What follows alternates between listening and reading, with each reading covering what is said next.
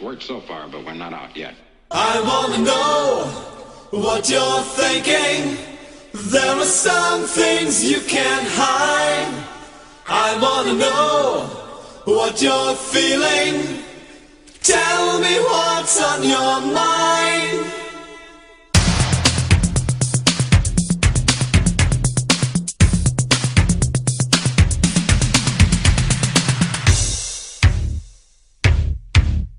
Pure energy.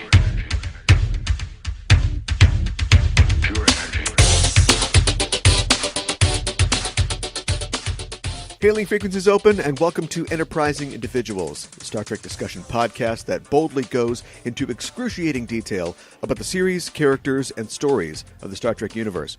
I'm your host, Aaron Coker, a.k.a. Caliban, and if I had the super strong, super fast body of an immortal android, forget the hot assistant, I'd walk onto the Washington Senators and finally take the pennant from those damn Yankees. I'm joined once again on this episode by New York Times bestselling author David Mack, who has written over 30 Star Trek novels, short stories, and novellas, as well as the Deep Space Nine episodes Starship Down and It's Only a Paper Moon. Dave also writes non-Trek fiction. His latest novel, The Midnight Front, is the first entry in the Dark Arts series and explores the secret history of the Allies using magic and harnessing demons to fight Nazi sorcerers in World War II. David, welcome back to the show. Great to be here. Thanks for having me on. It is good to have you back on board. Today we'll be talking about the Schizoid Man, the 6th episode of the 2nd season of Star Trek: The Next Generation. Great TV shows are often like great parties in that they often need time to really get going, and they're sometimes improved by the arrival of certain guests and the departure of others. When Star Trek: The Next Generation premiered in the fall of 1987, it was more than a few canapes short of a soiree, with diehard fans angry at the lack of Kirk, Spock, and the original cast, and reviewers calling it boring and derivative.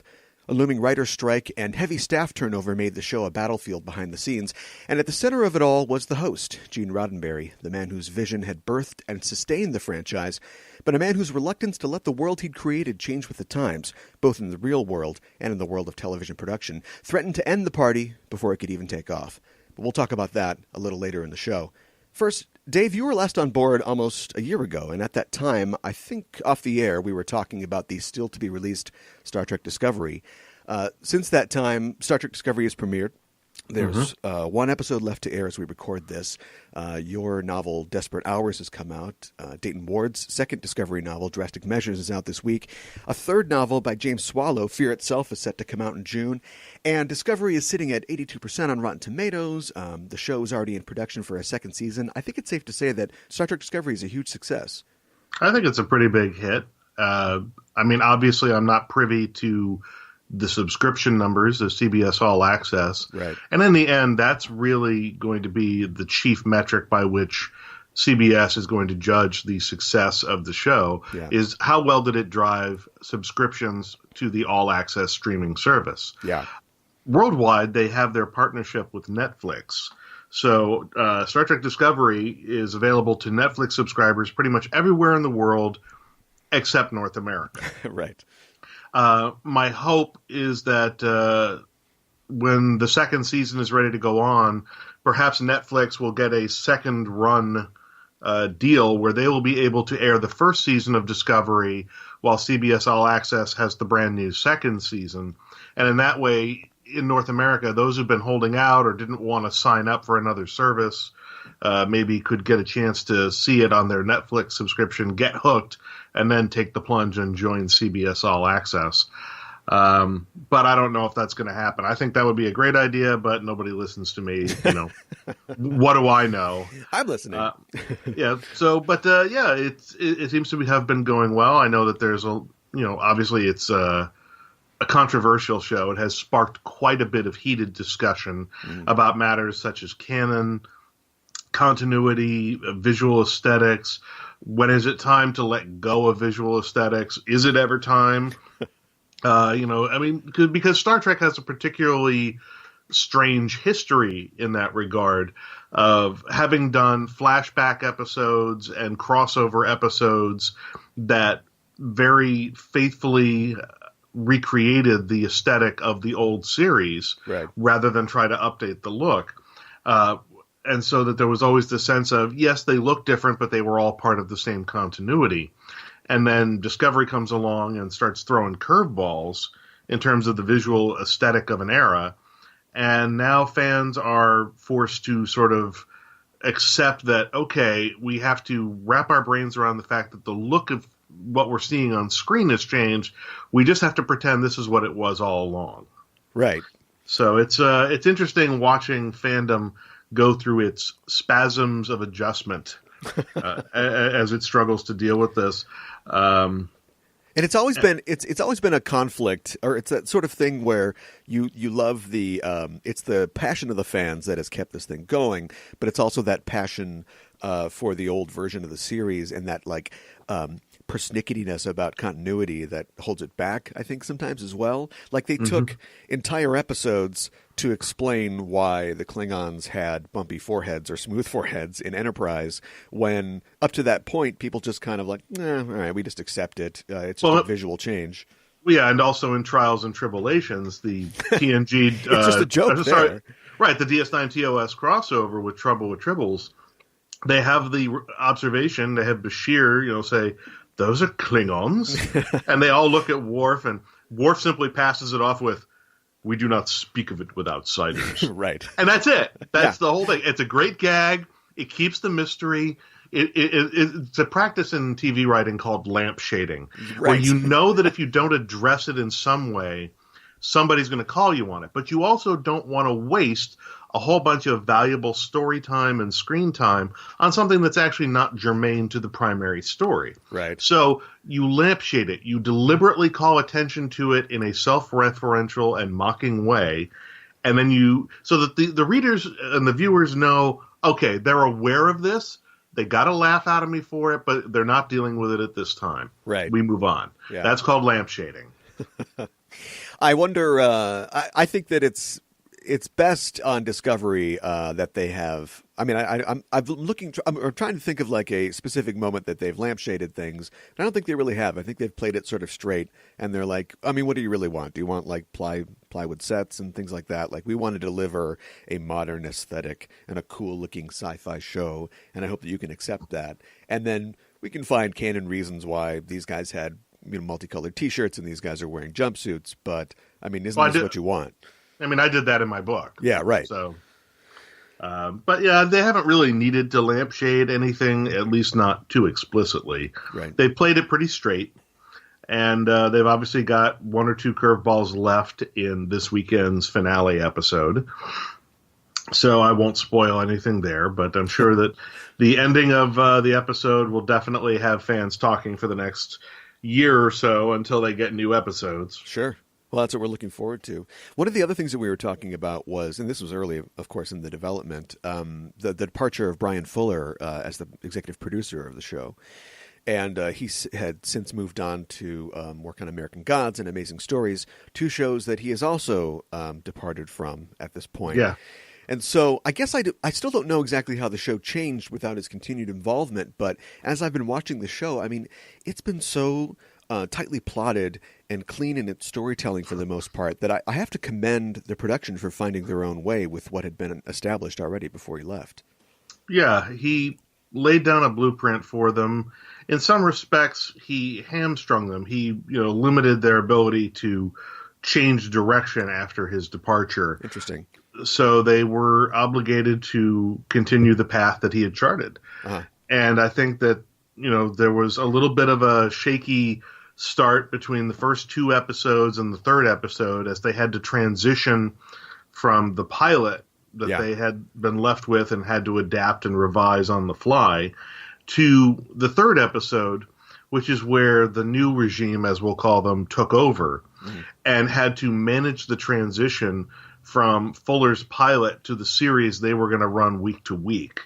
And as a result, they sometimes were in-house referred to episode 3 as the second pilot.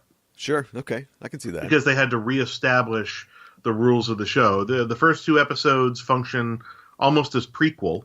Yeah. Or as the finale to the USS Shenzhou series that we never got. Right. Yeah. And episode 3, in some respects, serves as the true launch point of what is Discovery. Yeah. Well, shaky starts is one thing that I want to talk about today. We'll get to that in a little bit. Speaking of not shaky starts, firm starts, let's talk about your new book, The Midnight Front. Sure. You're never supposed to ask a writer where their ideas come from, but I think I'm clear to ask you in this instance where the inspiration for the world of the dark arts arose from. Well, the inspiration for the magic system, which involves summoning demons and controlling them and yoking them, etc., right, came from real black magic, Renaissance-era black magic. And my specific inspiration for how to treat that in prose came from a novel published 50 years ago, Black Easter by James Blish. Ooh. And it was a novel that I read as a teenager. It's not a very action-heavy novel. It's more philosophical and scholarly in many regards. Mm. But it treats the subject of black magic and demons and demonology in a very serious, almost scientifically rigorous manner. Mm. And the result of treating it in this way makes it seem all the more real and therefore all the more terrifying when the story does finally kick into gear. Sure. So I was always fascinated and terrified by that novel, and I always loved that particular take on magic, going back to the old grimoires, the old, books of magic that have been sitting around in the Christian tradition since around the 13th or 14th century. Right. And I liked it always a little bit better than, say, the rather twee magic systems of, the chosen one can simply wield magic and simply has to get in touch with their feelings. And, right. All that kind of happy horse shit. So I always liked that system of magic. And then the idea of taking it into a World War II setting happened as I was working on an earlier version of the Dark Arts series, first book. My original concept had been to do it as a near future concept that blended high tech, almost cyberpunk type technology with black magic. But I realized that I kept needing to do more of the world building to establish the magic and where did the magic users come from and why do they live the way they do. Mm-hmm. And I had this villain whose backstory was intimately tied to, his role with the Nazis in World War II, and he was an evil that we thought vanquished, and now he's back, and yeah, it was very Voldemort-ish, I guess. And the problem was, the more time I spent working on that book, the more the villain and his World War II backstory began to take over the narrative. It just started to take up more and more sections, more and more scenes, and at some point I just realized my brain really wants to write this World War II novel and not this cyberpunk novel with magic. Sure. And I was lamenting this fact because I had spent all this time researching and plotting and planning and developing world building and everything, and I was going to have to throw it all out to start all over in World War II. But at some point I just bit the bullet and said, okay, that's what this book needs to be, then that's what it's going to be. So I combined World War II, which in many respects is the pivotal moment in human history, at least in the 20th century, sure, with this black magic concept, and I made it into secret history, not alt history. So the notion is that this secret war of black magic behind the scenes took place between and behind the real history that we know and live in. Right. It's not like an alternate history where, Hitler won or something else like that. Yeah. No, I obligated myself to respect the facts of real history. I don't change the details of major events. For instance, when I was writing a sequence of the book, a critical sequence of the book takes place on D-Day. I researched the heck out of it because I know there are military historians who would love to catch me on every little inconsistency. Right.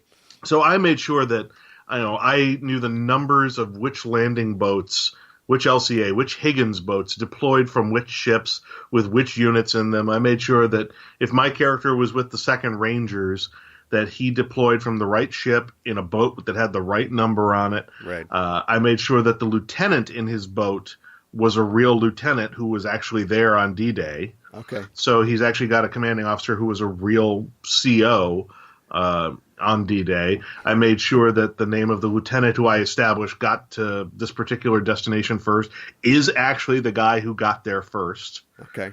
And little details like that. And I went to primary sources and so it was important, for instance, not to whitewash history. There are accounts of moments from the Holocaust. There's the Allied firebombing of Dresden, Yeah. and numerous other events throughout the book, which are taken from real history and presented as faithfully and as accurately as I could. Well, you go from writing Trek novels where you have to satisfy fans' love of continuity and their love of the details, into World War II, which is probably just as bad, if not worse, as far as the fans knowing about it.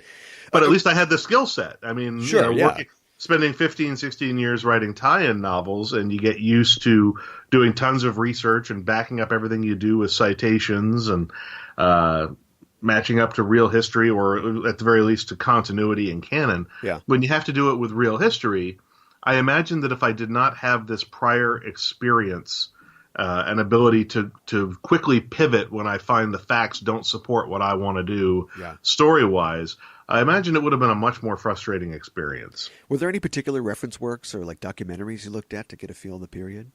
Well, I looked at the movie The Longest Day, which was this like 4-hour film about D-Day, starring John Wayne and many, many other people.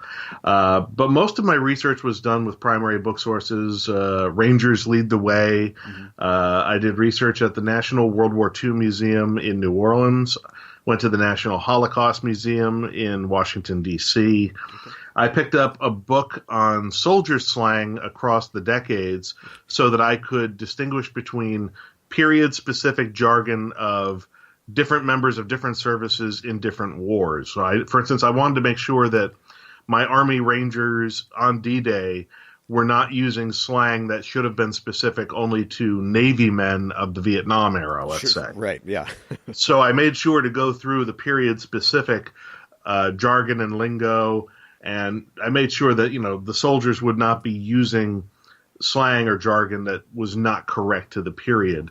And then beyond that, for the magic, I had the reference works, the Lemmigeton, which is also known as the Clavicula, Salomonis Regis, the Lesser Key of Solomon. Mm-hmm. I had the Sworn Book of Honorius. I had Arthur Edward Waite's The Book of Black Magic and of Pax. And these were all great primary sources about black magic and rituals, ceremonial magic, the descending hierarchy of hell. So I pulled all of my magic terminology from Waite's book for the most part. Okay. And then I pulled rituals from his book, Honorius, and from the Lesser Key. So okay.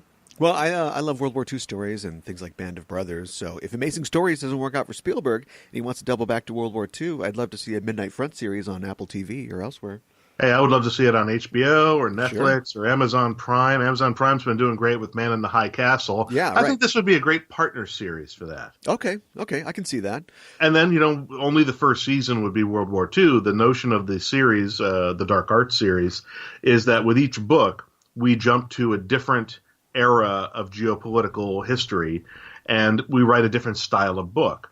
So the first book spans 6 years of war in Europe during World War II. Mm-hmm. The second book covers about 50 some odd days at the beginning of 1954, and it's a Cold War spy thriller. Okay. And I'm currently plotting book 3, which is called The Shadow Commission, and I'm trying to plot that so that it transpires over just a few days immediately after the assassination of John F. Kennedy. And it's supposed to be kind of a tense, paranoid conspiracy piece. One of those books slated to come out. The second book is written. That's the Iron Codex. Okay. And assuming there are no major hiccups during editing, I'm hoping it will be out roughly a year from now, around the end of January 2019. And as long as I stay on schedule and can get book 3 done by early summer, I should be on track to have book 3 out by the beginning of 2020. Okay. Do you work, are you able to work simultaneously on books, or do you kind of focus on one project and then move on to another? I write one book at a time. Okay. Right now, the second book is in editing at Tor, so my editor is reading through it, compiling notes. I'm receiving notes from beta readers, my editor, my agent, and I'm filing all that away while I work on the plot for book 3. I see. So I can really only focus writing-wise on one thing at a time. Sure. When the notes all come back from my editor, and it's time for me to start the rewrite and revisions on book 2, I'll put book 3 down for a while. I will focus explicitly on the rewrites for book 2 until they're done, until my editor is satisfied. And when that's done and the book goes to production, then I will return to book 3 and put all of my attention on that until it is finished. Well, I'm looking forward to those next 2 books. As am I. Why did you choose this specific episode, The Schizoid Man, to talk about today? The reason I chose it was partly because it is a bridging episode between the original series and its treatment of artificial intelligence, androids, robotics, and synthetic life, and how those subjects were treated in the 24th century series of Next Generation, Deep Space Nine, and Voyager. And I thought it was particularly interesting in that the Schizoid Man introduces this character of Ira Graves, who introduces himself to Data as, his, supposedly grandfather. He said, I was the father to, Noonien Soong's work. Noonien Soong was my protege, student, whatever. And it's interesting in that this starts the pattern that is repeated throughout TNG of Data discovering these members of his extended family, some of them synthetic, some of them human. Yeah. The first, of course, being Lore, who he meets in Data Lore, Season 1. Mm-hmm. And then we have Dr. Ira Graves, who introduces himself as Grandpa. Right. It's not till Season 4 that we meet Dr. Noonien Soong for the first time.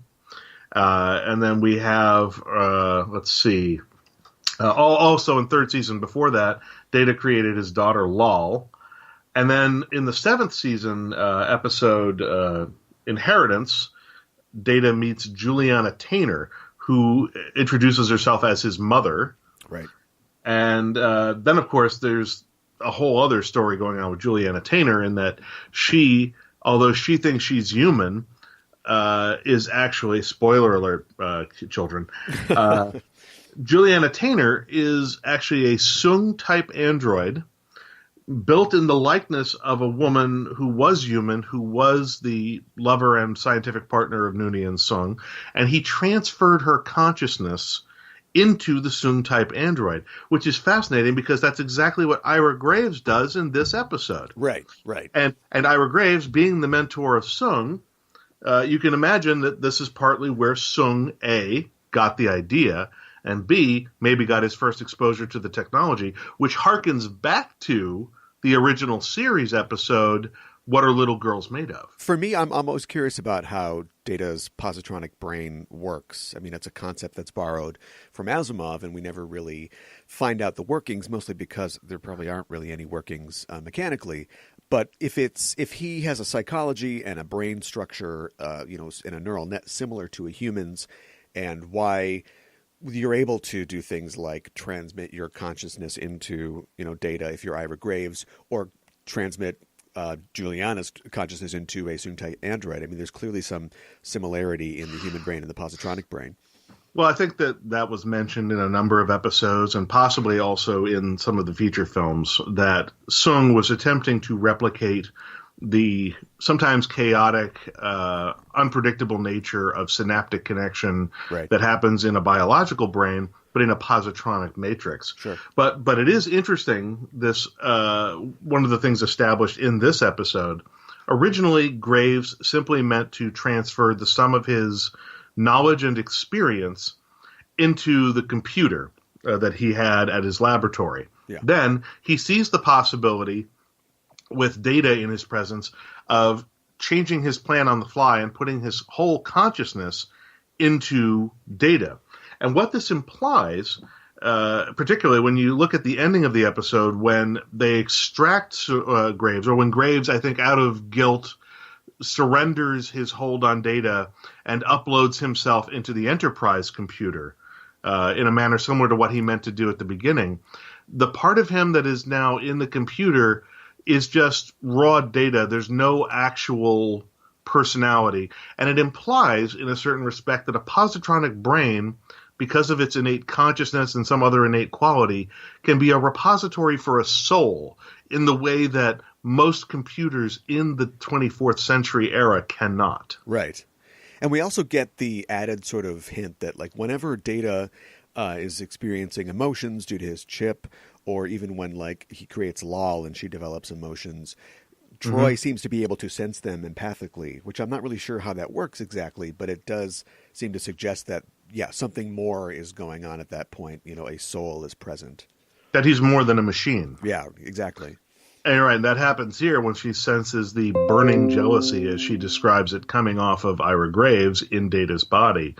And that's an interesting notion in that it implies, once again, that it is not Data's physical matrix that is incapable of emotion. It is something about his programming, something about the way that his personality and soul was incepted that denied him at least standard human emotions at the beginning of his life. Right. The whole notion of the emotion chip, one has to wonder if it's less about the hardware of the chip itself and more about the firmware that came with it. Interesting. Or just the idea that Data's neural net would need to develop to the point, just like a human needs to develop, where he can then, you know, access and deal with these emotions responsibly. What I would have always loved to have seen would have been an episode, had the show continued, or if they had had time to deal with it in a movie. I believe it was in either Generations or some other thing where they had Data had taken out his emotion chip, I guess after Descent. And it was damaged. They said, I would have loved to have had them find out that the emotion chip was a placebo, that it was simply there to help Data, you know, deal with it's more of an interrupt chip that, you know, it's there to help Data turn them off when he needs to turn them off. I would have loved to have found out that it was simply a matter of Soong giving Data a physical buffer to protect him as he evolves into emotional intelligence. Right. The chip is just merely like a switch, basically, that just, yeah, now you can access that. That's fine. Right. Or now you can turn it off, you know, but the fact that I would love to have had him find out he doesn't actually need the chip to have emotions. Sure. It was inside of him the entire time. It was all, yeah, it's very Wizard of Oz, which, of course, again, fun reference. That brings us back to the beginning of the episode. Yeah. Where Ira Graves is whistling If I Only Had a Heart, the tune of the Tin Woodsman, right? When he, you know, sees that Data has come, and this is peculiarly ironic and maybe even a little bit cruel, because the song was originally meant to express the Tin Woodsman's desire to feel human emotions and become flesh, and by hijacking Data's body, Graves not only sacrifices what little empathy or heart, as one might say, he might previously have possessed, he has abandoned flesh for a synthetic form. Right. The exact opposite of the Tin Woodsman's desire in The Wizard of Oz. Yeah. And it's also ironic, is the writer's decisions to name the man Graves when his story is about a man striving to cheat the Grim Reaper. Right, from Graves' world, yeah. Right. I always think that it's interesting that Data, with his amazing memory capacity and his researching constantly of like human history, is surprised by Pinocchio, by The Wizard of Oz. Like, does he know Pygmalion? Like, you think the first thing he would do would be researching all these myths and stories about artificial creatures striving to be human. Yeah, you would think that would have been high on his list, but, you know, I guess that cheats the writers of the opportunity to school their cinematically illiterate audience. That's true. Well, we are talking about the Schizoid Man, the 6th episode of the 2nd season of Star Trek The Next Generation. It first aired on the 23rd of January in 1989, and the teleplay for this episode was by Tracy Torme, who was a writer and executive story editor for the show's first 2 seasons. We talked about Torme previously on the show when we covered the episode Conspiracy, and how he was something of a loose cannon among the early TNG writing staff, and he did not get along with the then showrunner Maurice Hurley. And something that I think defines his scripts, like The Big Goodbye or Conspiracy or The Royale or Manhunt, is that they feel less specifically to me like a Trek show and more like a general sci-fi type show that happens to be set on a spaceship. Like, he often explores things that are not necessarily, hey, what's Kirk or Spock up to today? You know, he's bringing these outside elements in. I know that Maurice Hurley, in some of his comments to things like the TNG Companion and elsewhere, was not very fond of this episode. I believe he actually described it with rather harsh terms. Sci-fi BS, I think, was how he referred to it at one point. Wacky doodle, yeah. Yeah. And but Torme, it's also interesting to note his title. I was watching this episode, and he had an above-the-line title of creative consultant on this episode. Yeah. And that's interesting because executive story editor is what's called a below-the-line credit. Mm-hmm. It's a writing credit that appears in the end credits of the episode, and it's for basically executive story editor, and staff writer are the three sort of entry-level jobs of writers in television, and they represent degrees of seniority and experience. And these are people who are paid week to week when they work on a series. And they're called below the line because their credits come at the end. For this, he seems to have moved to above the line, which indicates that he probably had renegotiated something in his contract and had become what's known as a writer with other responsibilities, or writer employed in other capacities by Writers Guild jargon. So that's how he gets the creative consultant title on this episode. And it makes one wonder what was going on behind the scenes, and was that adding to the friction? It's possible. I had read somewhere that he had a relationship with Roddenberry that predated the series, and that he had kind of a special deal. Like, he didn't have to do the day-to-day sort of work that you'd have to do in the writer's room. Like, he didn't have to help break stories and things like that. Being friends with Roddenberry, all he had to do was just deliver like 3 scripts a season, and he was good. And so he seemed to enjoy privileges above the normal writers at that time. I imagine that would rankle some of the other people in the room who are doing the work. Yeah. That is not a way to make friends in Hollywood. Right. The story of the episode is by the writing team of Richard Manning and Hans Beimler. Both Manning and Beimler were co-producers in the 3rd season of TNG. The pair worked on 10 episodes of The Next Generation and also wrote the teleplay for the Deep Space Nine 2nd season episode Paradise, along with Jeff King. This episode was directed by Les Landau, who I've mentioned so many times on this show, it's becoming a struggle to come up with new facts about him.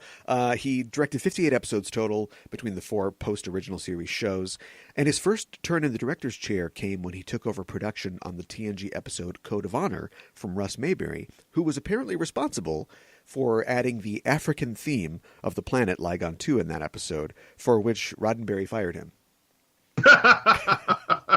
I tell you, someday. There's a claim to fame. Someday we're going to cover Code of Honor on this show, and it's going to be amazing. Oh, that's not going to be pretty. Not pretty at all. Another fun detail about this episode is it marks the only on-screen appearance to date of Dr. Solar, played by Susie Plakson. That's correct. The character later became a featured member of the cast of Peter David's acclaimed book series, Star Trek New Frontier. Yes. And she was mentioned many times, or you heard her name over the PA system in a number of episodes, but this is the only time she was ever seen on screen. Yes. in that role. Which is strange, but of course they must have loved Susie Plakson because she came back to play Kalar. And Lady Q. That's correct, yes. The start date for this episode is 42437.5, and Dave, your mission, if you choose to accept it, is to give us a 25-word synopsis of the Schizoid Man. The Enterprise receives a distress call, and as they send an away team to deal with that, the ship runs off to do something else. The distress call has been sent by a young woman named something Briannon, and she's worried about her mentor, Ira Graves. Turns out Ira Graves is a big scientist. He's dying of something. He thinks that he's Data's grandfather because he mentored Data's creator. He transfers his consciousness into Data. Data starts acting weirdly, and nobody knows why because they don't realize it's actually Ira Graves masquerading as Data. He's eventually confronted. Graves gives into his guilt over what he's done, and he surrenders possession of Data's body, puts his consciousness into the Enterprise computer, but is reduced to just mere information, and Data is once again free to live his life. And we all have a laugh, and we fly off to the next adventure.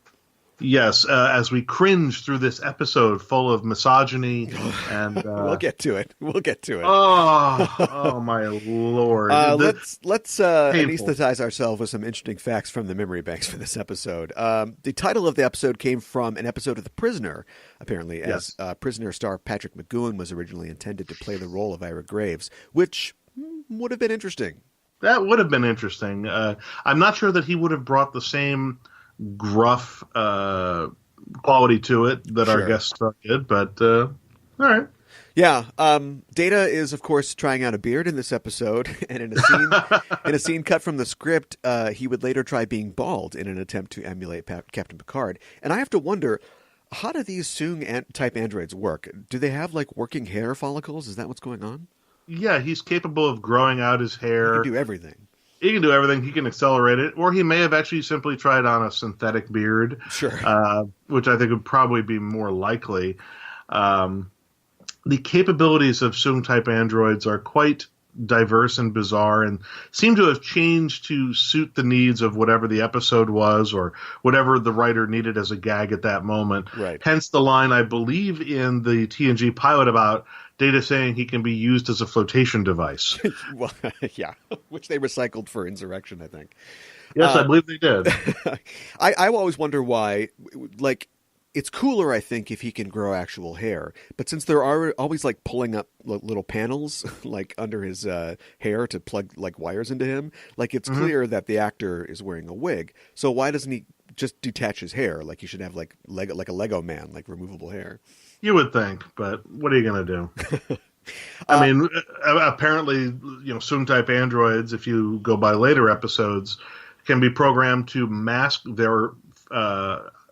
mask the fact that they are androids. They can masquerade as biological creatures, sure. as Juliana Taynor did, sure. quite effectively in Inheritance. Yeah, and I'm not sure if Troy mentions it in that episode, but I'm sure that she must have not suspected that Juliana was an android because she could detect emotion from her. That's correct. This episode, as you mentioned, introduces the character of Dr. Solar, who, of course, this is her only appearance, but she goes on to what I think is like near ubiquity in tie-in media. It just seems like she's everywhere or always mentioned. As somebody who used the character himself in Rise Like Lions, what is it about Dr. Solar that people seem to like and authors want to keep using her? I think it's because Susie Plakson is awesome. Well, I agree with that, absolutely. I think it's also just, there's so few canon characters that you can that have not had been what am I trying to say here? There are so few canon characters that have not had other facts established about them or have been otherwise killed off, written off, that they become like this blank slate onto which you can then project pretty much whatever you want, whatever you need. Sure. And I think that Peter David did that to great effect, using Solar as one of the canon characters that helps connect his series to the greater continuity. Yeah. Because he had a mix of these, characters such as Solar and Robin Leffler, who were drawn from canon and then so connect New Frontier to TNG very effectively. And then he combined them with his original characters. And this sort of elevates the original characters by having them interact with canon characters. Yeah. Same thing with Elizabeth Shelby, who was taken from Best of Both Worlds. So I think that's the draw, but particularly with Solar, I think it's just that Vulcans are always cool. Susie Plakson is cool. So you have Susie Plakson as a Vulcan, and that's double cool. And then Klingons are triple cool. So, Susie Plakson as Kalar is even cooler. Right. So, I mean, although I believe Solar appears in some of my Mirror Universe books, I think she dies. But I wasn't cruel enough to kill off Kalar. Not twice. Right. It's bad enough she had to die once in our universe. I wasn't going to kill her off in the other one. Yeah. Apparently, and I just liked her too much. Well, yeah, she is cool. Apparently, Torme wanted to write a romance between Worf and Dr. Solar in future scripts, but of course, her being cast as Kalar and then actually entering into a romance with Worf kind of nixed that. Yeah. That's actually kind of an interesting thing in that the books picked up on that vibe for a brief time many, many years ago. I think right before my Destiny trilogy was published 10 years ago in 2008, there was a string of books that introduced a Vulcan character, a counselor on the Enterprise named Talana, and they sort of had this teasing of a romantic connection between her and Worf, or at the very least, she was attracted to Worf, but couldn't act on her feelings and couldn't admit to him that she was drawn to him. And so she clashed with him all the time and argued with him all the time. But in fact, it's because she really wanted him. Okay. So that was an interesting thing. I think that, that whole notion of Vulcan-Romulan pairing, the ultra cool and the ultra hot, I think, appeals to the writerly brain for its clash of opposites in style. Sure. Because I did it in the Vanguard series when I paired up the Vulcan character of, what's her name, T'Pren, with a Klingon, a female Klingon agent named Lurkal, who had been surgically modified to appear human and was posing as Anna Sandejo, a member of the diplomatic corps on Vanguard. Okay. So I went for the Klingon-Vulcan pairing, this time lesbians. Sure. So, because again, that's cool. Sure. Yeah. The rule of cool always wins out. The rule of cool always wins out. While we're talking about guest stars, this episode features, of course, W. Morgan Shepard as Ira Graves. Shepard would go on to play the one-eyed commandant of Rura Penthe in Star Trek VI. He'd also appear on Voyager and also in an uncredited role as a Vulcan science minister in the 2009 Star Trek reboot film. Shepard's a Londoner, and he spent 12 years with the Royal Shakespeare Company, where he shared the stage with Patrick Stewart. He is, of course, the father of actor Mark Shepard, who people probably know from the Battlestar Galactica reboot and Supernatural. And the two actually played the same character 40 years apart in the Doctor Who episode, The Impossible Astronaut. And, of course, my favorite Mark Shepard roles, of course, are from Leverage. I love his character. He's the recurring foil of the team on Leverage. Right. And he's terrific on Supernatural as the King of Hell, as Crowley. Yeah. So W. Morgan Shepard has, the father has a million stage, TV, and film credits, but to me, he'll always be Blank Reg from Max Headroom. Ha! Yeah. Which is going back a little ways. He's also one of those actors who, I mean, he's probably in his late 50s when they're shooting this, but he's kind of been old forever. He's like always been an old guy. It's like Max von Sydow was in The Exorcist when he's probably in his early 40s, but he's wearing old man makeup, and then he just continues to have these roles with gravitas until now. He's actually an old man. You'd look back and you go, when was that guy young? Was he just born like that? Yeah, him and Christopher Lee. Yeah, him too. Right, yeah. This episode also features Barbara Allen Woods as Corrine. Woods appeared in many TV shows in the 80s, 90s, and 2000s. She was notably in the Honey, I Shrunk the Kids TV series, and she has a long-running role on the CW series One Tree Hill. Oh, what do you know? Yeah, so she did okay. The story of this episode is based on two separate premises. Manning and Baimler developed a story entitled Core Dump that introduced the character of Ira Graves and the whole transmitting of his consciousness into Data. And Torme had a premise called Menage that would explore the memories of the colonists from Omicron Theta that are contained in Data's neural net. And Data's actions and personality would sort of change as he manifested those memories.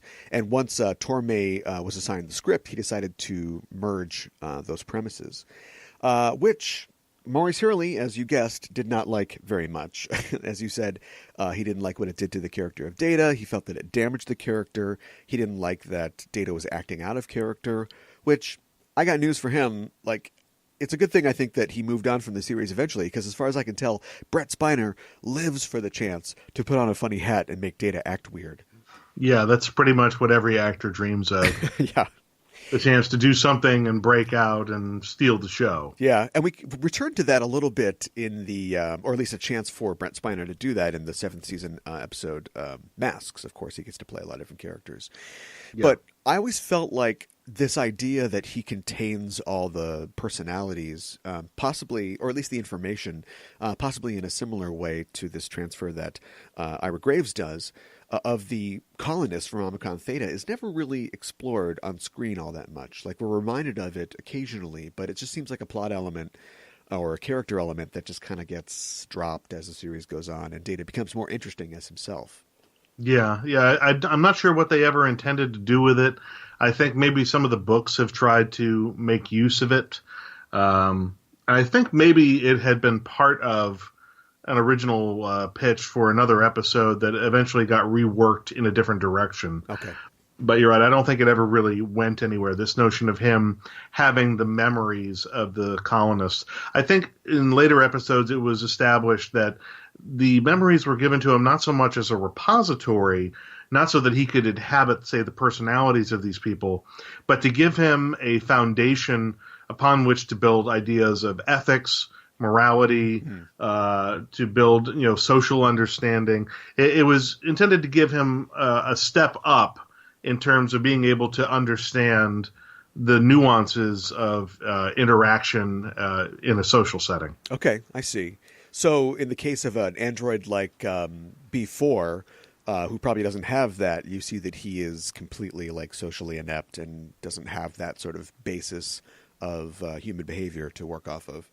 Right, and all of his body language is stiff and bird-like. Right, yeah, exactly. Brett Spiner at it again. Maurice Hurley, who we haven't really talked about much on this show before, he's such an interesting figure to me.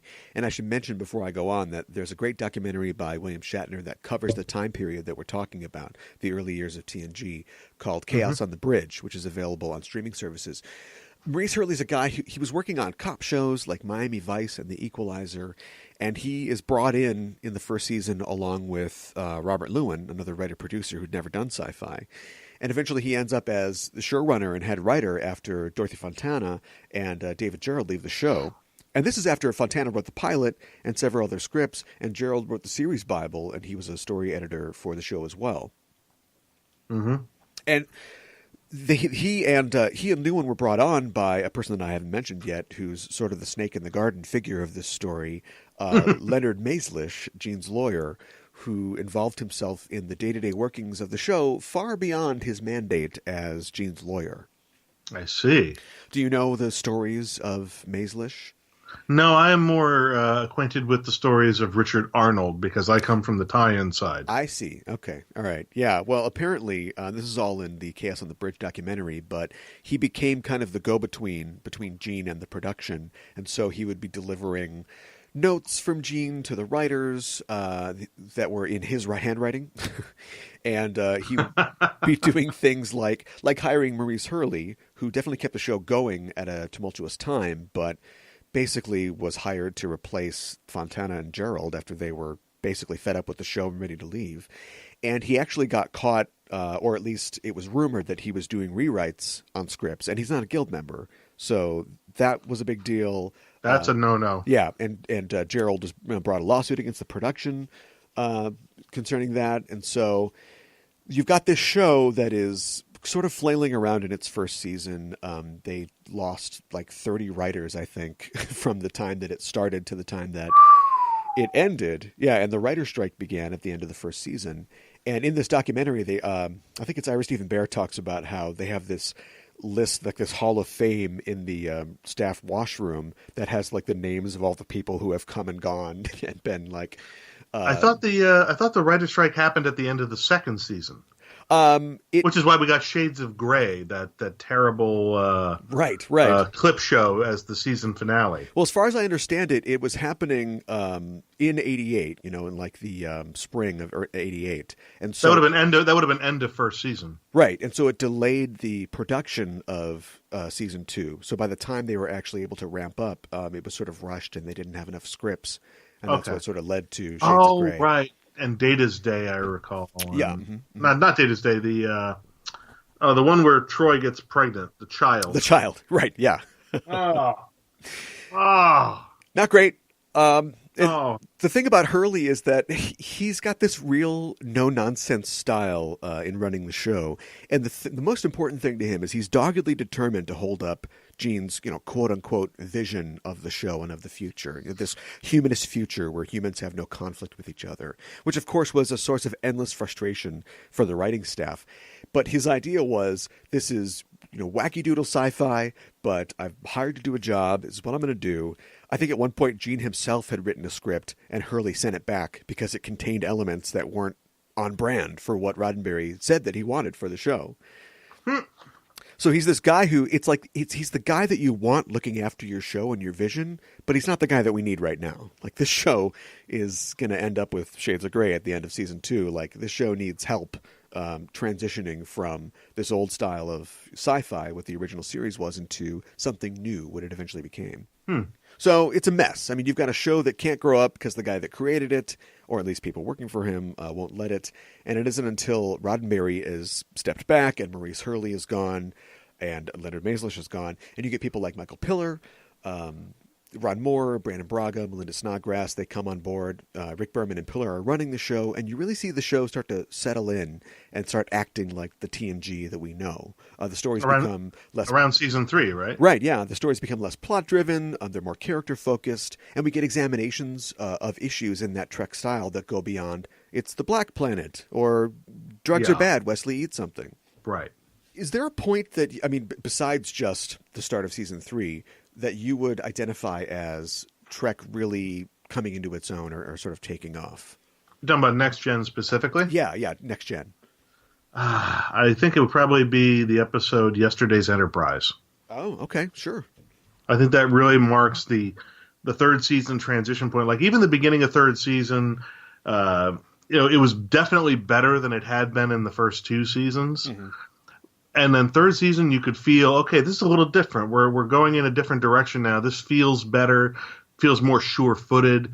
And then that episode, Yesterday's Enterprise, that hits, and suddenly everything goes up to 11. Yeah. Now suddenly you have an instant classic of an episode that shows you everything this show can really be. And I think that was the episode that for a lot of people, once that hit, TNG viewers, people whose faith had been rewarded because they had stuck with the show through the hard times, through the shaky times, they were rewarded with that, and they went, this is the show I've been waiting to love. Right. Yeah, I think that's the episode. I think that you have a good pick there. I mean, episodes in season 2, not great. There are some flashes of goodness. Measure of a Man is still probably one of my favorite episodes, and I think shows involving Data. It shows what the show can do. But yeah, that's a pretty good signpost, I think, that says we're taking this seriously. We're moving forward, and we're not going to be that show with the African planet from here on out.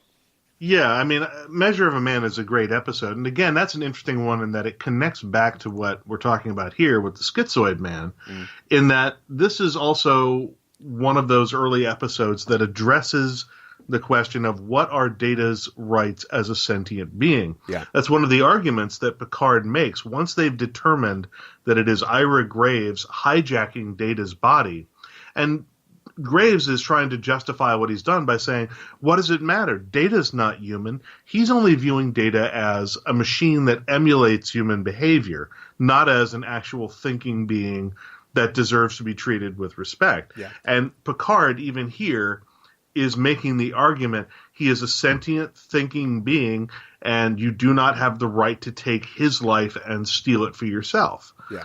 And it's only when this point is finally made to Graves, and Graves sees that he's hurt Kareen by mistake because he doesn't know how to control this body, that he's let his anger get away from him, and he's injured multiple people, including Captain Picard and Chief Engineer LaForge. It's only at that point where he realizes that he has become unhinged, that he's willing to give up Data's body and go forward with his original plan. Yeah. But it's interesting that this is one of those first episodes to raise the notion of, is Data capable of possessing a soul despite being synthetic? And the fact that Graves is able to exist in his form, but then is nothing more than raw information once he goes into the ship's computer, actually supports Data's case. That's true, yeah. This plot to me feels very much like an original series episode, or has the DNA of an original series episode. You've got the ship headed out to some planet to meet some guest star, and then, something happens. There's always these planets that they're going to, especially in the original series, where one person seems to live there. One mad scientist lives there, exactly, and he's got a wife or an assistant or something like that, and he's working on something that he probably shouldn't. In fact, the very first episode that aired, The Man Trap, is kind of like that. They're going out to see this scientist. And they all seem to be drawing off the paradigm of the Forbidden Planet. Yeah, sure. I can see think that. I think that's one of those cases where Forbidden Planet has this unspoken legacy in science fiction. The notion of you go to some remote planet and there's at most a handful of people who live there, or one mad scientist with a wife and an assistant, and some crazy tech that has run amok and everything goes haywire and our heroes get caught in the middle of it. That the DNA of that idea, that meme I think has propagated through all of science fiction for decades. That's fascinating. Is that just... And I think it goes back to actually even farther than that. It may go all the way back to Island of Dr. Moreau. Oh, yeah. Yeah, that's true. Is that just our innate fear of progress or of technology rearing its head? Could be, and maybe also our innate fear of hermits.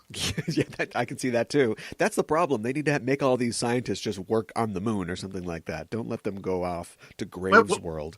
Really, what they need is like a situation like at Pixar where they all work in like a nice little commune. Yeah, give them snacks.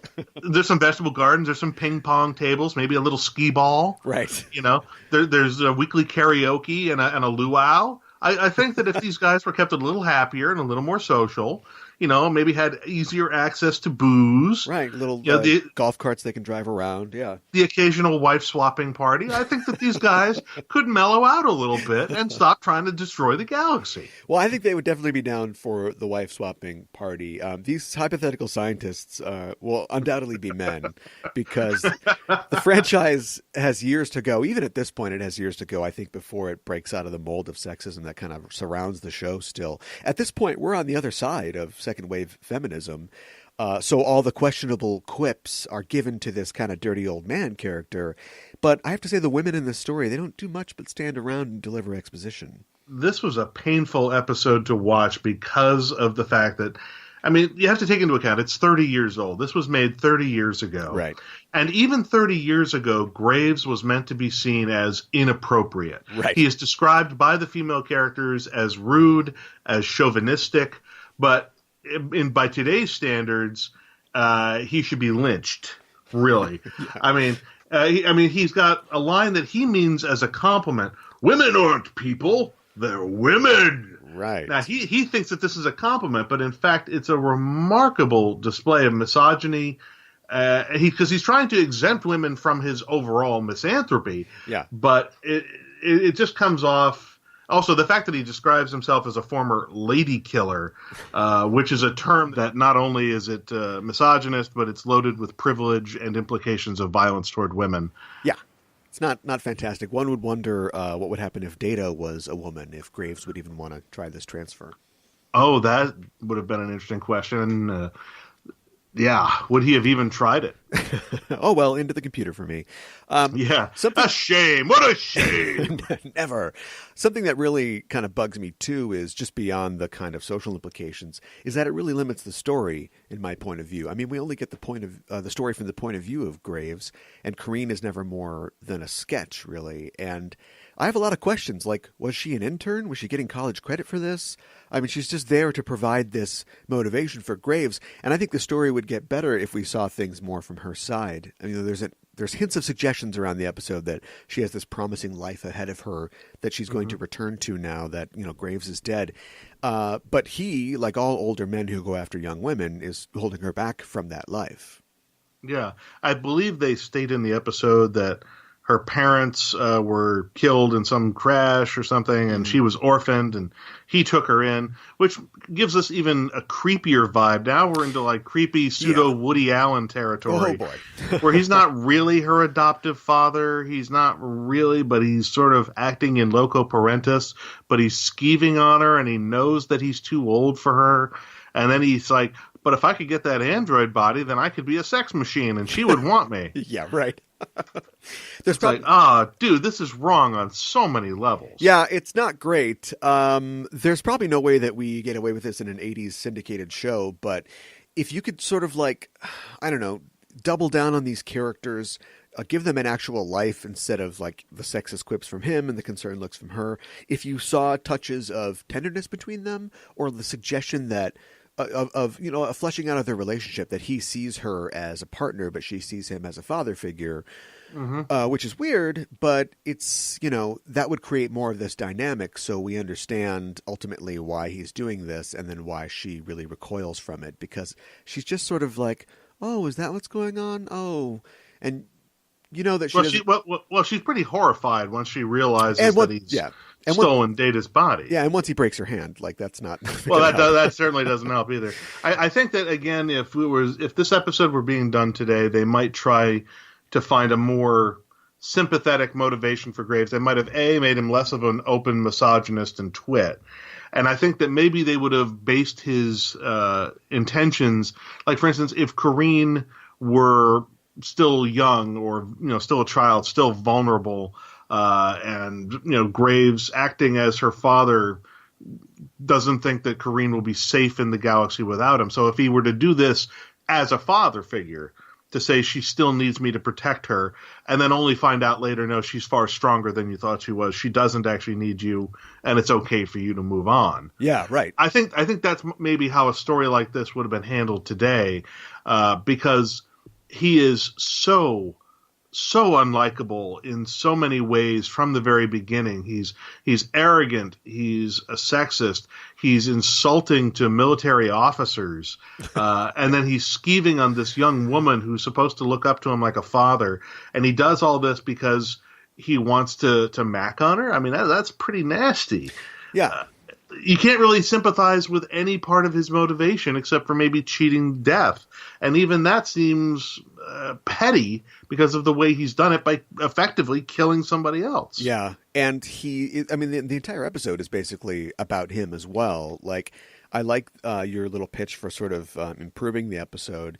Even if we saw a thing, like we see that she is sort of in shock at what he's done, but it's not even her rejection necessarily of him that causes him to kind of flip out. Like he gets that reaction from her where she recoils slightly in horror, but it's still more of him.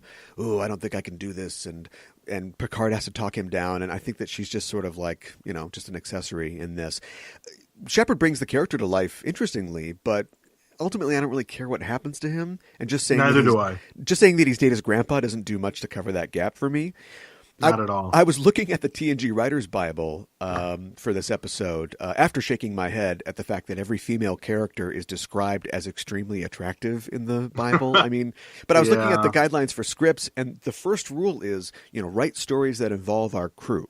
We don't want stories about other people. And that's the first rule for Pocketbooks' submission guide as well. So I think if Maurice Hurley is doing his job, we don't even have an episode like this, or at least we have an episode that doesn't have a character basically come on and just be the star of the show for a while, suppress another character, find a way to, maybe he's fighting against Data, or just, find a way to involve our crew more. Because if the Enterprise never shows up, this guy just dies, he's in a computer, and the story is exactly the same.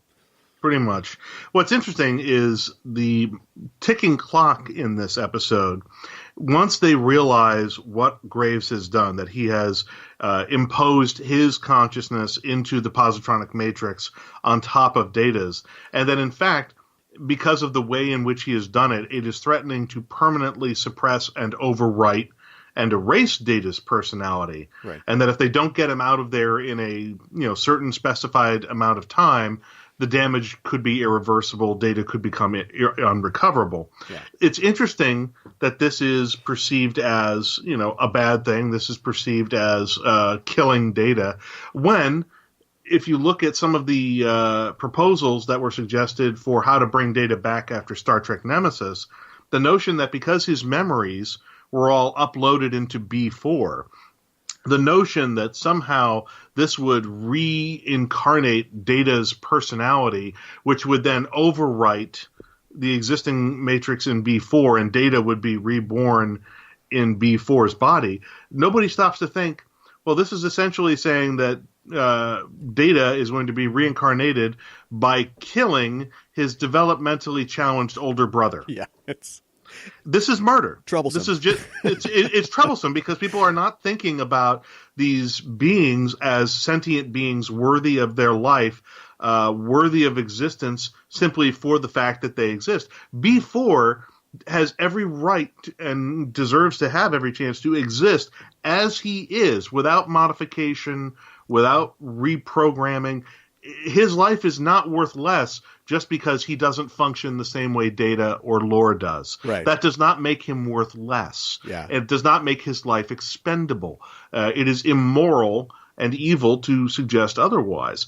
And I think that a lot of the proposals for how to bring back Data by overriding B4 simply overlook this because they look at B4 and they see incomplete. They see just a device, something that didn't quite make it. I'm like, well, then how do you look at people who are maybe differently abled? Are they not quite the same? Are they expendable? We wouldn't say that of a fellow human being. How can we say that of an android? Yeah, that all checks out, I think. And I'm really worried about, was it John Logan that wrote Nemesis? Yeah. About his ideas about that sort of thing. Plus, I always wondered, okay, so the scimitar blows up. Data is pretty resilient. There aren't like chunks of him like around. There's nothing they can recover. He probably got vaporized pretty well. Yeah. But if you're interested in seeing a take on the reincarnation of Data that I think is morally defensible, I'm going to plug one of my books here. It's called The Persistence of Memory, and it's book 1 of the Cold Equations trilogy. Uh-huh. And it was essentially my response to the Data reincarnation story that I didn't like in the comics. And I said, I can do better than this, or at least I think I can. And I'm going to write the return of Data the way I think it should have happened. Okay. And one of the things that's important is that this episode was absolutely vital to that. Oh. Because first of all, this episode was, as I said, a linking point. It's part of the linking fabric between TOS and things like What Are Little Girls Made Of, right, and all that type of stuff, and the M5 computers and all that stuff, and then the treatment of AI and androids and positronic consciousness in the 24th century. This is what author Jeff Lang used as the jumping off point for his novel Immortal Coil. Yeah. And Cold Equations, the whole trilogy, is a sequel to Immortal Coil. Nice. So the premise that I operated under, using the Schizoid Man as part of my reference to show that it was possible to transfer human consciousness intact into a Soong-type android, and then further showing that it was possible to do so with the 7th season episode Inheritance by showing what had been done with Juliana Tainer. Right. I showed that Noonien Soong clearly had been keeping up on Ira Graves' work, knew about this. And then it raises the question of, well, then why do you think that Noonien Soong made all his androids look like him? Wouldn't it make sense that he, too, was planning to cheat death, had built androids in his own likeness? He clearly, at some point, perfected the ability to transfer human consciousness intact into a Soong-type android body so well that Juliana didn't know what she was. Right. Why would he go through all this if he wasn't planning to do the same for himself? Sure. So I posit, and then I went back and I rewatched the episode Brothers in season 4. And although we are meant to come away from that episode believing that Noonien Soong has died, here's what's interesting. If you go back and rewatch the episode, you never see Noonien Soong die. He does not die on screen. Right. Data never says the words, "My father is dead." He never says it. He comes back to the ship. He seems somber. The captain says, "The crew is very sorry for your loss." Data doesn't respond, says nothing, goes to his post, and resumes his duties. Interesting. So there's no canon proof. Yeah, no body. There's no body, no death scene, no verbal confirmation from his son. There is no proof that Noonien Soong died in Brothers. My hypothesis is he sent Data away, telling Data he wanted to die alone and in peace. Data leaves. Soong then goes into a hidden chamber beneath wherever he was living on this remote planet. And he's essentially got one of those spinny tables from What Are Little Girls Made Of? Sure. And he transposes himself into a new android body, which is even more advanced and cooler and more badass than the one he built for Data. Now he's in a new immortal android body with his consciousness intact. He goes off, has a whole series of adventures, and then when Data is killed in Nemesis, having seen what is he thinks the last of his creations destroyed and lost, but then finding out that the memories are in B4, he realizes, no, that's like putting high-tech software into an old machine. You're just going to hurt B4. Now he realizes, I need to save B4 by getting those memories out of him before it's too late. And B, that gives me a chance. If all of Data's memories are stored, I can build a new body and soul for Data, marry them back to his memories, and bring back my son. Okay. So he's got this brilliant plan, and I won't spoil the ending because, well, don't. things always go wrong and don't quite work out the way you intend. Of course. But what I have is essentially a story about the reincarnate. The book one is about the reincarnation of Data, and then Data, once he is reincarnated, carries this obsessive desire that his father had to reincarnate him, and he brings it full circle in the desire to resurrect his daughter. Okay, all right, I see that. I have a question about positronic brains. So if Troy can sense emotion in them, could, say, Spock mind meld with a positronic brain?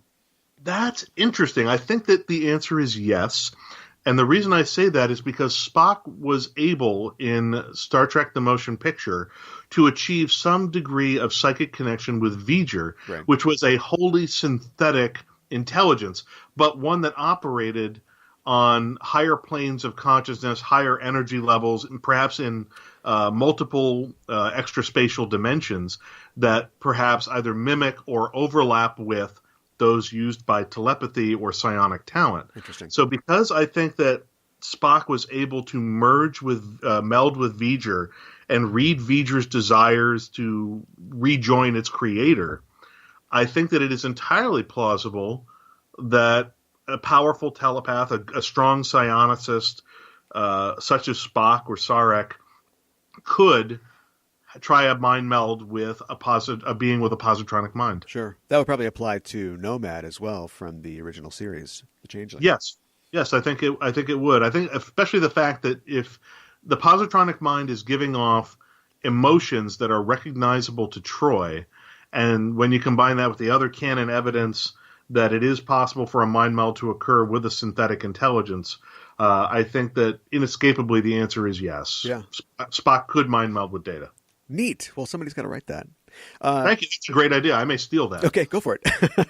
I want a percentage. Dr. Pulaski gets pulled off the team almost immediately in the episode, which of course gifts us with Dr. Solar. But I'm wondering if there was something going on behind the scenes that they had to write her out for the week, because the crisis she goes to confront is never mentioned again. So it could have easily also not shown. Yeah, and it's not shown at all. So it easily could have been her on the planet instead of Solar. Plus, to me, and we're going back to trying to fix the episode, Pulaski and Data is always a pairing that I enjoy. I think it might have been cool if maybe Pulaski knew Graves previously, so we see her interacting with Data as Data and later interacting with Graves as Data, and maybe she is part of the episode's resolution. That would have been an interesting take as well, making better use of her. I don't know what the politics were. Very often a decision like this gets made because, let's say, Pulaski is not working out. This was only 6 episodes in, but maybe by that point they could already tell that it was going to be a rough collaboration, a rough partnership working with Diana Muldaur. Maybe they were already thinking, well, we had this problem in season 1 with, Beverly Crusher, with Gates McFadden. If this is going to be a problem again, maybe we should set up Dr. Solar and have her on deck so that if Muldaur, starts taking attitude, we can always say, well, we can always promote Solar.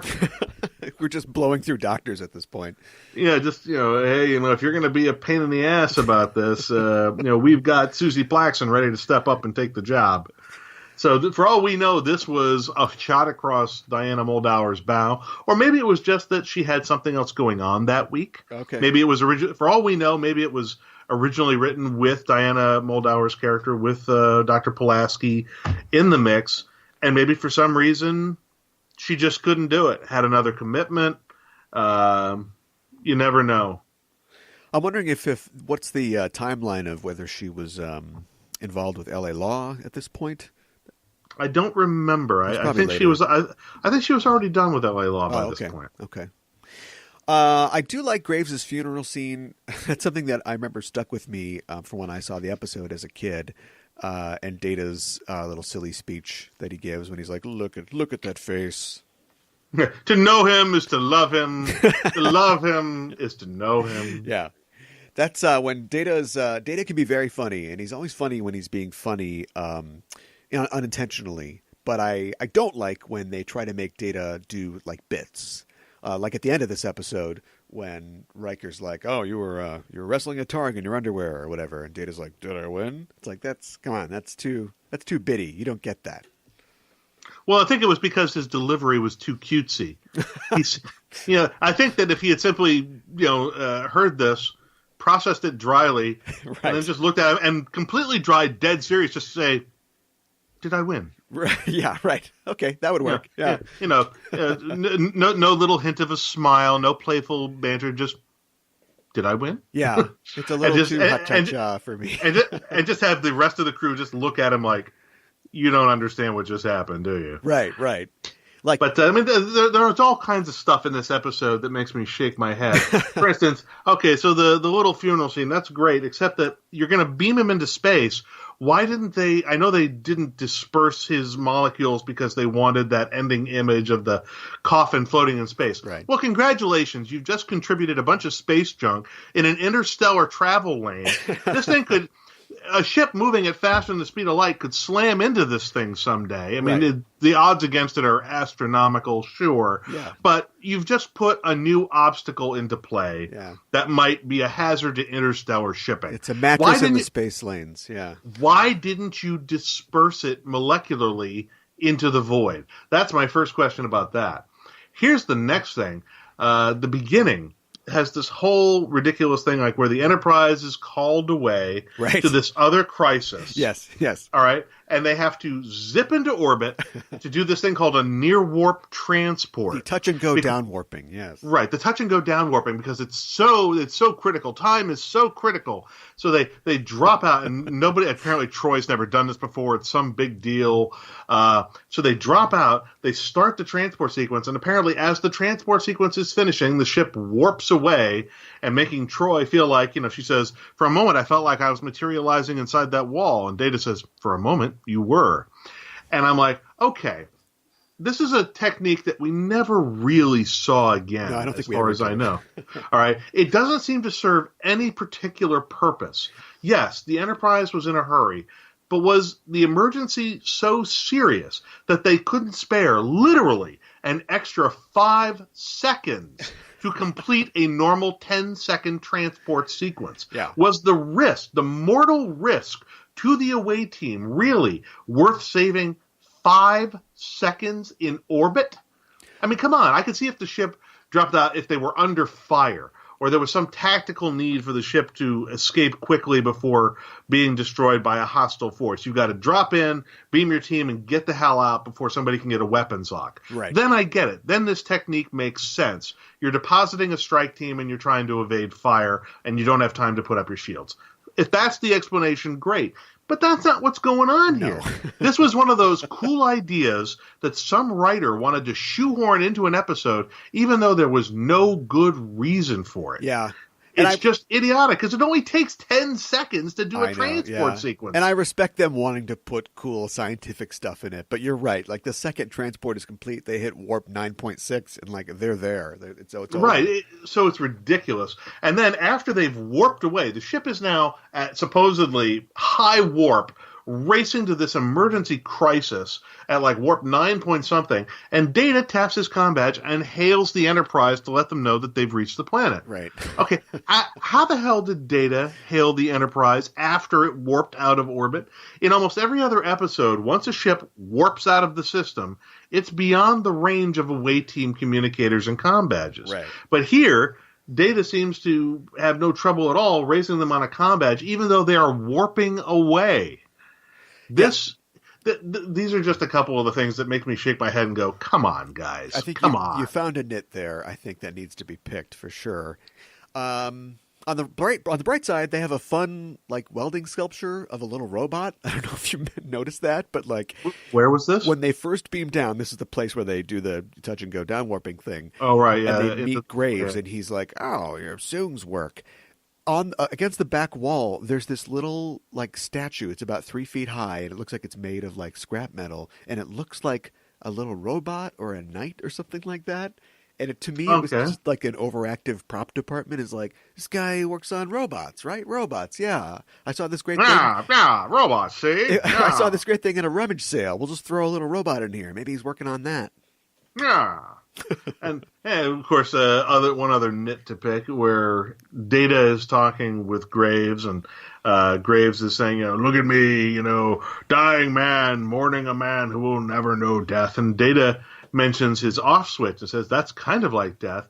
And I'm just thinking, as usual, and this was a recurring problem throughout the early seasons of TNG, Data seems rather cavalier in his willingness to entrust near strangers with information about his off switch. No.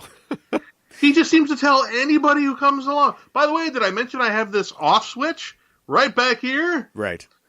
That completely turns me off? Did I mention that? Can't Picard just order him to stop telling people that? Yeah, Mr. Data, please stop telling people about the off switch. It is a tactical problem. You are a liability to the crew. Right. Knock it the off. I do like that before anybody knows exactly what's going on, they just think that Data's being a jerk. Like you get this scene from Picard where he's like, "Uh-oh, is Data just going to be like this now? Is this somehow part of his development as a being? Are these the bratty teen Data years?" Right. Like when he goes off at the funeral and says he was just trying to honor Ira Graves' wishes, Picard buys that. And I guess it's, vaguely plausible. I mean, Data did behave a little oddly at times, even in the first season. Oh, yeah. He was very sort of inconsistent in the portrayal in the original season. Yeah, he was, in the first season, he was an idiosyncratic being at best. Yeah. Capable of being at turns dry and, sometimes absurd. And having no concept of when he was doing either. So I guess maybe that's semi-plausible in that, they realize he's trying to emulate human behavior. He's had this time with Graves. Perhaps Graves made requests of him that he's trying to honor. But, wow, once he starts having the emotions on the bridge of burning jealousy and starts mouthing off to the captain, I'm like, all right, if this isn't sending up red flags, I don't know what will. Right, yeah. Have him go visit the counselor. I mean, if that'll help. Yeah. There was one thing that I thought was pretty telling, which is the fact that the disease is named Darnay's disease, which is interesting because originally in the script it was, it's called Darnay's disease, and I can only assume that that's an allusion to Charles Darnay from A Tale of Two Cities, who, of course, is a lookalike sort of replacement for Sidney Carton. And so they're kind of doing a thing there. It's like a little allusion to men who take each other's places in a story. And I think they definitely made that as a conscious choice because... Almost certainly. Originally in the script, it was called Varney's disease, which is an entirely different thing, which would have made Graves put on a denim vest and bother his neighbor by asking, know what I mean? You know what I mean? Hey, burn. Oh my God. There's nothing we can do. Replicate a window we can climb through. That'll make him happy. Oh my God. Well, I think we've hit just about everything we can. Do you have any final thoughts about the episode? Only that, again, I find it valuable in that it is a jumping off point for the 24th Century series for talking about the development of artificial intelligence in the Star Trek universe. Yeah. And about humanity's search for immortality through consciousness transfer, which I guess is part of the concept known as the singularity. Yeah. And that was, part of the reason why I selected this episode for discussion. I mean, it sets the stage for all those conversations about the special nature of Soong androids' positronic minds, and, just whether or not they possess some ineffable quintessence of a soul. And I just think that that's a fascinating, set of discussions to have, and that this episode is part and parcel of setting the stage for that. I think that without this episode laying some of that groundwork, some of those later episodes might have seemed to have come out of nowhere. So I think that the groundwork that this episode represents for that subject matter in Star Trek is quite valuable. Yeah, I agree. A lot of the early episodes don't compare favorably to later episodes, but they do help set that foundation. And I think most people would agree, whatever setting you're in, whatever you're trying to accomplish with the show, that when TNG is like really on, it's probably the best Trek show that's ever been on TV, or one of the best at least. It's right up there with DS9. Oh yeah, absolutely. And this episode is an interesting look into what the show was like, before it got there. And even though I don't consider this a very Trekky episode, I still enjoy the weird sci-fi-ness of the concept. Yeah. Body swapping or mind takeover stories are a well-worn trope in sci-fi and Trek. Do you have a favorite body swapping story or a movie or book? They're really awkward as subject matter, but I mean, you're talking about just in Star Trek, or you're talking about in like all of I think SF or like Turnabout Intruder might disqualify Trek as a whole for. Well, there is that. I think one of the funniest treatments I ever saw of the body swap episode in science fiction was on the series Farscape, where something happens and the characters all kind of get like shifted one character to the right or something. Right. And so they have to figure out which one of them occupies whose body. So the characters are all walking around wearing signs like pictures of themselves. Yeah. Actually, I think it's either pictures of themselves or they're wearing like a little sign with a name on it or something. Yeah. But I think it's pictures of themselves. Right. So they're all wearing like little pictures of who they actually are inside. And it is absolutely hilarious. Because it's very self-aware. Like the writers and the cast were very self-aware of what they were doing and the absurdity of it. And so they just took it and ran with it. And as a result, I think that was one of the things that made Farscape one of my favorite shows for a very long time, was its willingness to take these well-worn tropes and have just unbridled fun with them. Yeah, I'm glad you mentioned that, and you stole mine because that was going to be mine. But I love the fact that Farscape, in opposition to TNG, probably because of, or to Star Trek in general, wants to ask all the questions that you would never ask on Star Trek. And so the first thing that everybody does when they get into a new body is they all look down their pants, basically. And then later on, they're like, "Did you check it out?" "Yeah, of course I did." "Did you?" Of course I did. Yeah, of course. Yeah. What else are you going to do? Well, this is your third appearance on the program, and as such, you've reached the rank of full lieutenant. I believe that you were assigned to the ship's services department previously, so I have a question. Is there a chef on board a Galaxy-class ship in the 24th century? I mean, we see a galley in Star Trek VI, but if everyone has replicators, do you even need a kitchen staff? You probably don't, but I think that as a matter of just pride and protocol, what you would probably have is a trained chef on board whose job is to program high-quality items into the replicator, to constantly be on the lookout for new culinary possibilities, to do quality control testing on replicators to make sure that they are faithfully reproducing the recipes that have been put in. Okay. And the ship chef would probably be responsible for service of VIP events in the captain's mess and VIP events for flag level officers or diplomatic level officers. Sure. So that chef would, even if he's just one person, he would be like the head chef who's testing the recipes of the sous chef and everyone else to make sure that everything's right. For instance, yeah, and it's also, there's more to being a chef than just the food that comes out of the replicator. An important part of chef work, and I say this as someone who has worked as a chef, is plate presentation. Sure. And if you're going to be presenting not only the items on a single serving of a plate, but you also have to think about plate presentation when you are setting up a buffet or a serving line. You want it to be aesthetically pleasing. And in the 24th century and in a diplomatic situation, you would have to consider the aesthetic sensibilities not only of humans, but of other species in the Federation. And if you are hosting non-Federation VIP guests, you would have to familiarize yourself with their aesthetic preferences, both visual, olfactory, textual, and flavor. Right. And you'd have to customize your presentations and buffets for them as well. So there would be an art, really, to preparing a properly laid out buffet and service area, because you also have to take into account traffic patterns. How are people going to move past the tables? Where are bottlenecks likely to occur? How do you keep the crowd moving so that people constantly have easy access to different things? Do you want more than one setup of the same thing, but in different areas of the room? So yes, I think that a Galaxy-class starship would probably employ a professional diplomatic culinary staff and would probably have at least one executive chef. Well, I look forward to your new series, Star Chef. This is sounds fascinating to me. Oh yeah. In fact, and they're going to solve mysteries, and it's going to turn out it'll be like the movie Under Siege, where it turns out the ship's cook there you go. is the one who always saves the day. He's a Klingon, right? Why does he cook? Oh, you'll find out. Yeah. Even though Klingons don't like their food cooked, he cooks. Mostly because his spatula doubles as a targ. It's razor sharp, exactly.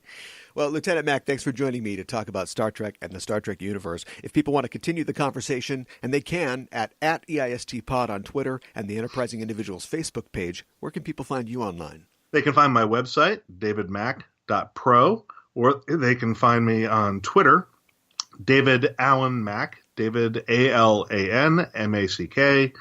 And you can find me on Facebook at The David Mack.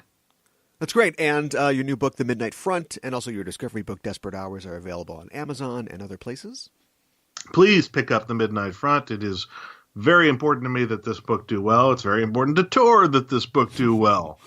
But I seriously, I put in years of work. It's a labor of love that has been 6, maybe close to 7 years in the making, and to see it out there in the world is very exciting for me. And now I'm just hoping that it finds an audience. So if you've been a fan of my work for Star Trek, I would ask that you please consider supporting me on this new literary adventure and come along and please buy a copy of The Midnight Front. Yes, go check that out, and we'll have links to find those in the show notes. Good luck with your upcoming works, and thanks again for joining me. Thanks for having me on. We are signing off until the next mission. Hailing frequencies closed. What's on your mind?